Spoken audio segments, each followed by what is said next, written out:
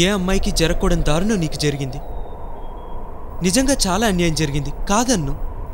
కానీ ఇక్కడ ఎవరూ ఏది కావాలని చేసింది కాదని అర్థం చేసుకోవడానికి ట్రై చేయి. నీ విషయంలో విధి తప్పు చేసింది, అందులో మేం బాధ్యులమయ్యామంతే. వికాస్ గాడు, నేను, మీ అమ్మ, నాన్న, మీ చెల్లి అందరం పరిస్థితులను బట్టే ప్రవర్తించావని నువ్వు అర్థం చేసుకో.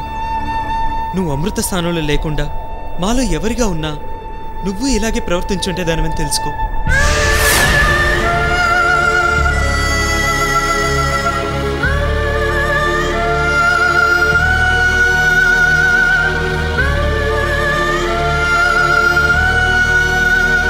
ఇదంతా నీకెందుకు చెప్తున్నానో తెలుసా?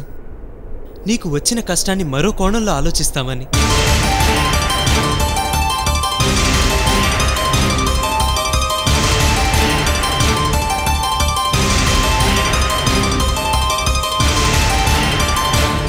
సరే, నేను చెప్పాల్సిందంతా చెప్పాను. అయినా ఇంకా నీకు నా మీద కోపం తగ్గినట్లేదు. ఇప్పుడు కాకపోయినా ఇంకొకసారైనా నువ్వు ఆత్మహత్య చేసుకుని చచ్చిపోతే ఆ బాధ నన్ను జీవితాంతం వెంటాడుతూనే ఉంటుంది. దానికంటే నేనే ముందు చచ్చిపోవడం చాలా బెటర్.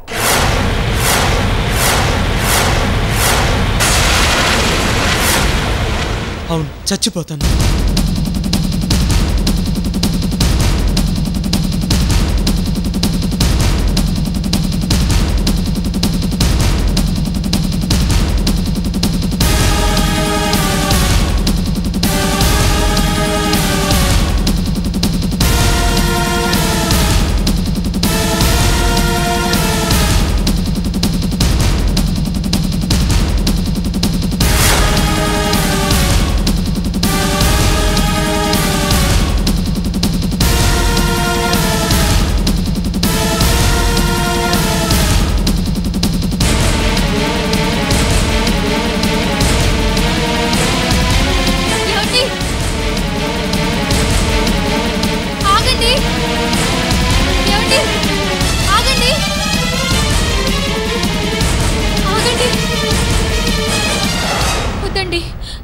చావద్దండి.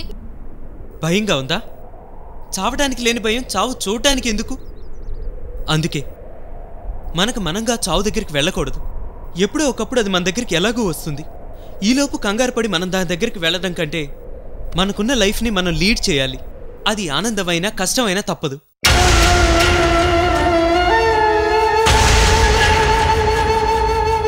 ఆ సిటీలో కొన్ని లక్షల మంది బతుకుతున్నారు. వాళ్ళందరికీ సమస్యలు లేవనుకుంటున్నావా? సమస్యకు చావే పరిష్కారం అయితే ఈ లోకంలో ఎప్పుడో సగం మంది చనిపోయేవాళ్ళు.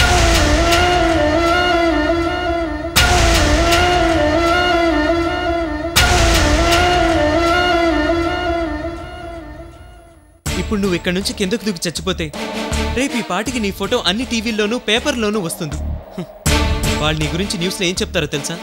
పల్లెటూరు నుంచి అమృత అనే అమ్మాయి చదువుకోవడానికి హైదరాబాద్ వచ్చి ఒక అబ్బాయితో లేచిపోయి ఆఖరికి బ్రోతల్ కేసులో ఇరుక్కొని ఆత్మహత్య చేసుకుందని రాస్తారు. టీవీలో నీ ఫోటో 10 సార్లు చూపిస్తారు. అప్పుడు నువ్వు ఉండవు కనుక ఆ అబద్ధం నిజంగా మిగిలిపోతుంది.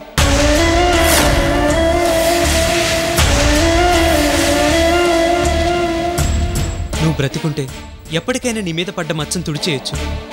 కానీ నువ్వు చస్తే మాత్రం అది నువ్వు పోయినా నీ కుటుంబాన్ని వదలకుండా వెంటాడి వేధిస్తూనే ఉంటుంది.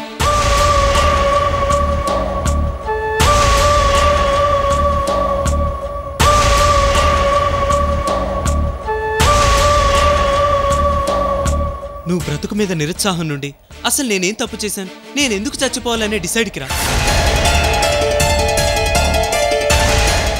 మనకు కష్టం వచ్చినప్పుడు లోకం అంతా చెడిపోయినట్టుగా కనిపిస్తుంది. నువ్వు ఆ పరిస్థితి నుంచి బయటకొచ్చి నాకేం తక్కువ, తెలివి ఉంది, చదువుకునే శ్రద్ధ ఉందనుకుంటే బ్రతుకు మీద ఆశ కలుగుతుంది.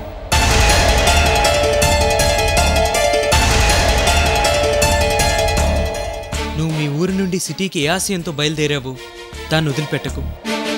మీ అమ్మా నాన్న నేను ఎంతో గర్వంగా సిటీకి పంపించారు.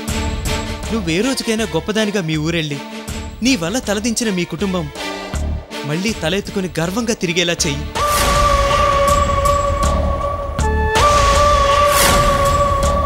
మన చేతికి విజయం అందిస్తే దాన్ని పట్టుకొని ముందుకు వెళ్ళడం ఎవరైనా చేస్తారు. అపజయాన్ని విజయంగా మార్చుకొని ముందుకు వెళ్ళగలిగిన వాళ్లే గొప్ప. నువ్వది చెయ్యాలి, చెయ్యగలవు. సమస్యలను చూసి ఎప్పుడూ భయపడకూడదు. పరిష్కారం లేనిదే అసలు సమస్య పుట్టదు. నీ విషయంలో ఏం జరగటానికి ఇన్ని సమస్యలు వస్తున్నాయో ఎవరికి తెలుసు? అందుకే ధైర్యంగా పోరాడు, భయపడి పారిపోకు.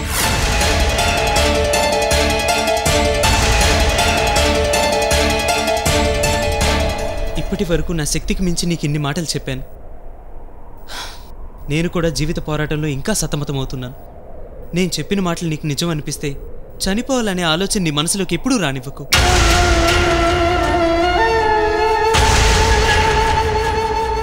అలా కాదనుకుంటే ఇద్దరం కలిసి చచ్చిపోదాం, రా.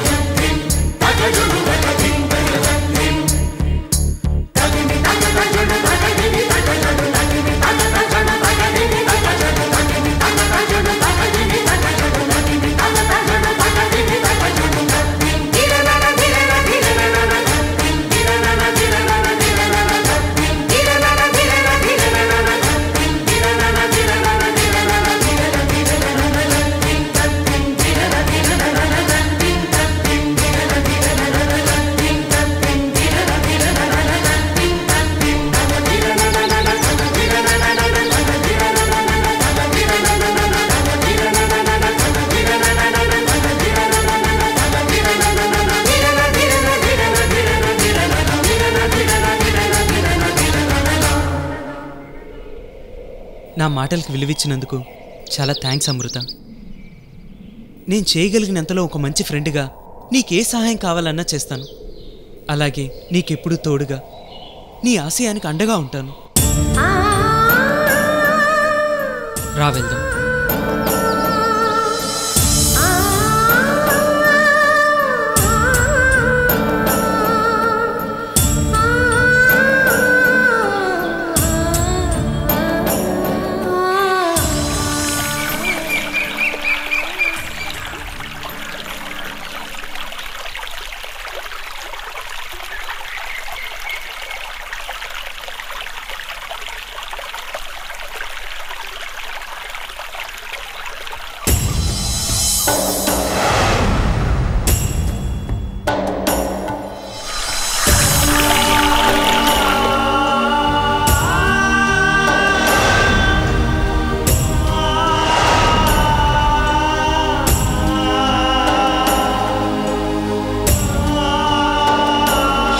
వాళ్ళు బ్రోతర్ కేసులో ఇరుక్కున్న అమ్మాయిలు కోర్టుకు తీసుకొచ్చారు.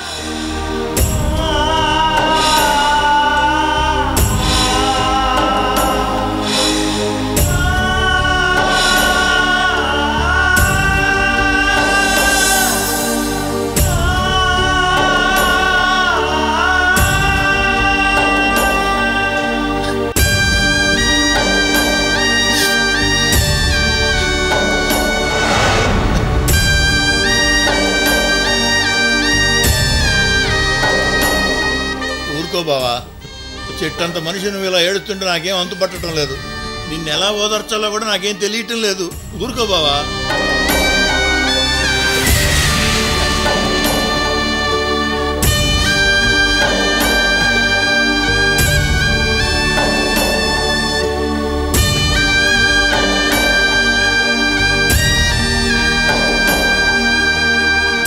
బావా, ఊరు దాకా వచ్చి ఇంటికి వెళ్ళకుండా ఇంకెంతసేపు ఇక్కడ నిలబడి ఎడుతాం బావా. వెళ్దాంరా బావా. బావా, నేను ఊర్లోకి రాను బావా. నాకు బతకాలని లేదు బావా. నేను రాను బావా.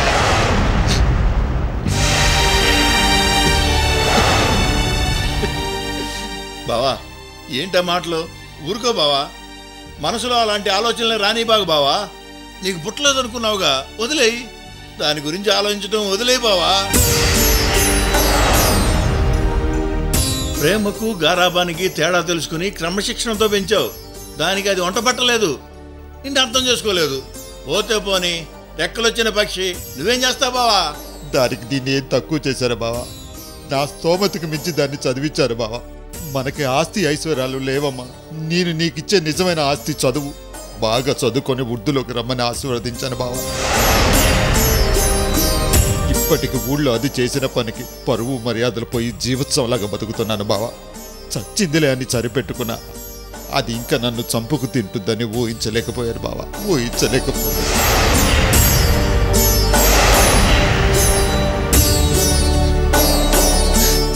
ఆడపిల్లని సిటీకి పంపించి చదివించడం అంత అవసరమా అని నువ్వెన్నిసార్లు చెప్పినా నీ మాట పెడచవరి పెట్టారు బావా. ఈ రోజు అనుభవిస్తున్నాను బావా, అంత నా దురదృష్టం బావా. నువ్వు కాదు బావా, అది దురదృష్టవంతురాలు. భవిష్యత్తులో ఎవరి మీద ఆధారపడకుండా దాని కాళ్ళపై అది నిలబడాలని నువ్వు తాపత్రయపడి చదివించావు. అడ్డదారులో పోయింది. నీ తప్పేముంది బావా? కడుపులో ఉన్నప్పుడు పుట్టపోయే బిడ్డ ఎలాంటిదో నవమాసాలు మోసే తల్లికే తెలియదు. కానీ తండ్రిగా అది మా ఇంటి మహాలక్ష్మి అవుతుందని లక్ష్మితో రోజు చెప్పి మురిసిపోయేవాడిని బావా. నా నమ్మకాన్ని అమృతం నిజం చేసింది బావా. కానీ ఇప్పుడు అది చదువుకొని నా ఆశయాల్ని అర్థం చేసుకునే వయసులో ఉండి కూడా ఇలాంటి సభ్యత సంస్కారం లేని పని ఎలా చేసింది బావా? ప్రపంచమే చెడిపోయింది బావా. వెంకటరావు సిటీలో ఆడపిల్లల నీళ్ళన్నీ ఫోన్ చేసి చెప్తుంటాడు. సిగరెట్లు తాగుతారంట, మందు కొడతారంట, వాడు ఎవడో బాయ్ ఫ్రెండ్తో తిరిగి అర్ధరాత్రిళ్ళకి జారుతారంట. ఇది సిటీలో సర్వసాధారణం అంట బావా. ఇలాంటి పనులు చేస్తున్న పిల్లల్ని తల్లిదండ్రులు కాల్చి వాతలు పెట్టాలి. అప్పుడే నాగరికత చెడిపోకుండా 4 కాలాలు నిలబడి ఉంటుంది. అసలు ఆడపిల్లలు చెడిపోవడానికి తల్లిదండ్రులే బాధ్యత కాదు బావా, ఈ నాగరికత కూడా ఒక భాగమే. అదే బావా, అమృత ఆ పని చేసిందంటే నాకిప్పటికీ నమ్మకం కుదరట్లేదు బావా. నువ్వెంతగా దాని మీద నమ్మకం పెంచుకున్నావు కాబట్టి అది మోసం చేయగలిగింది. ఏం చేద్దాం, అది గోల్డ్ అనుకున్నాం, గోల్డ్ అయింది. వద్దు బావా, పగవాడికైనా ఇలాంటి కూతురు వద్దు బావా, వద్దు బావా. ఇలా ఎంతసేపు అని బాధపడతావు బావా? పద ఇంటికి వెళ్దాం.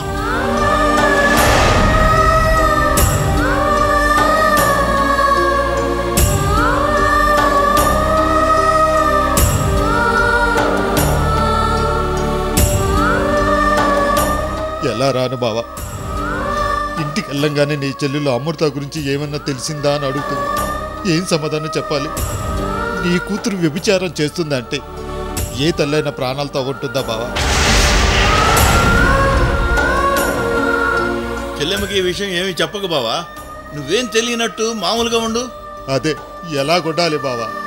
ఈ విషయం ఎన్ని రోజులు నా గుండెల్లో దాచుకొని ఉండాలి బావా?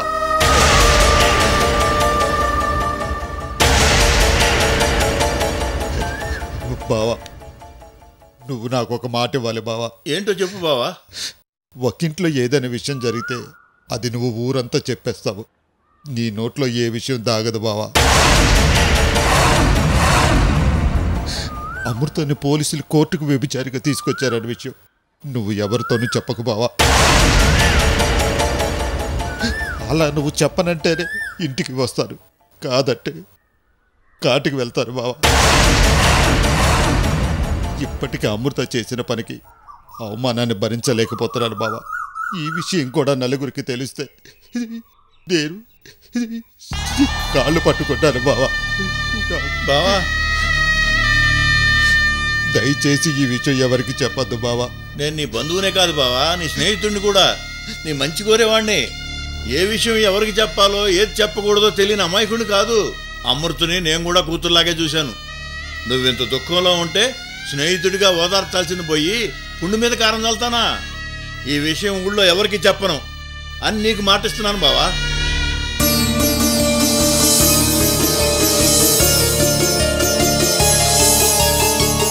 రా బావా, వెళ్దారా బావా.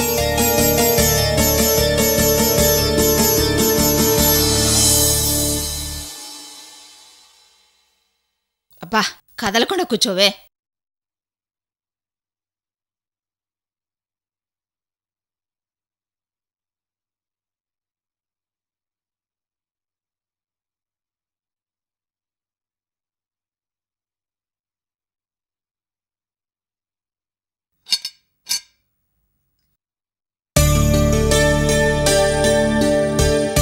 అమ్మా, నాన్నొచ్చారు.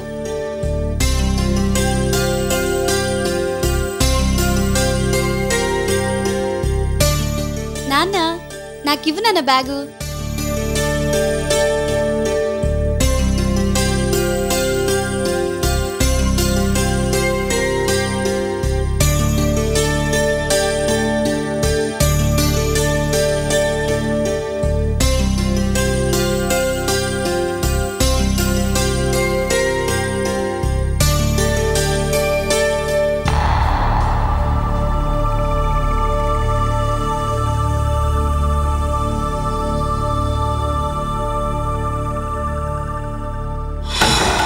బ్రోతర్ కేసులో ఇరుక్కున్న అమ్మాయిలు కోర్టుకు తీసుకొచ్చారు.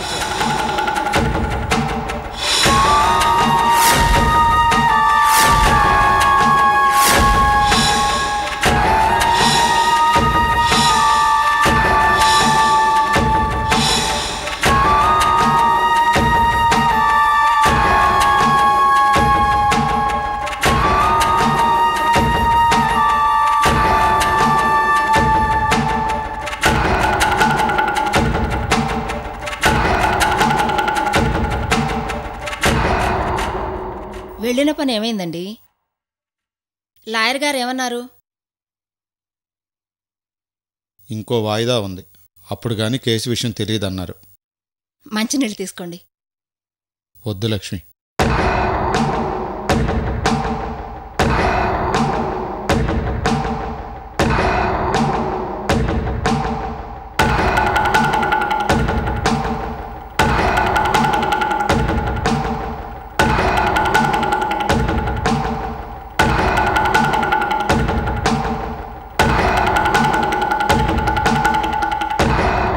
ఏంటండి అలా ఉన్నారు?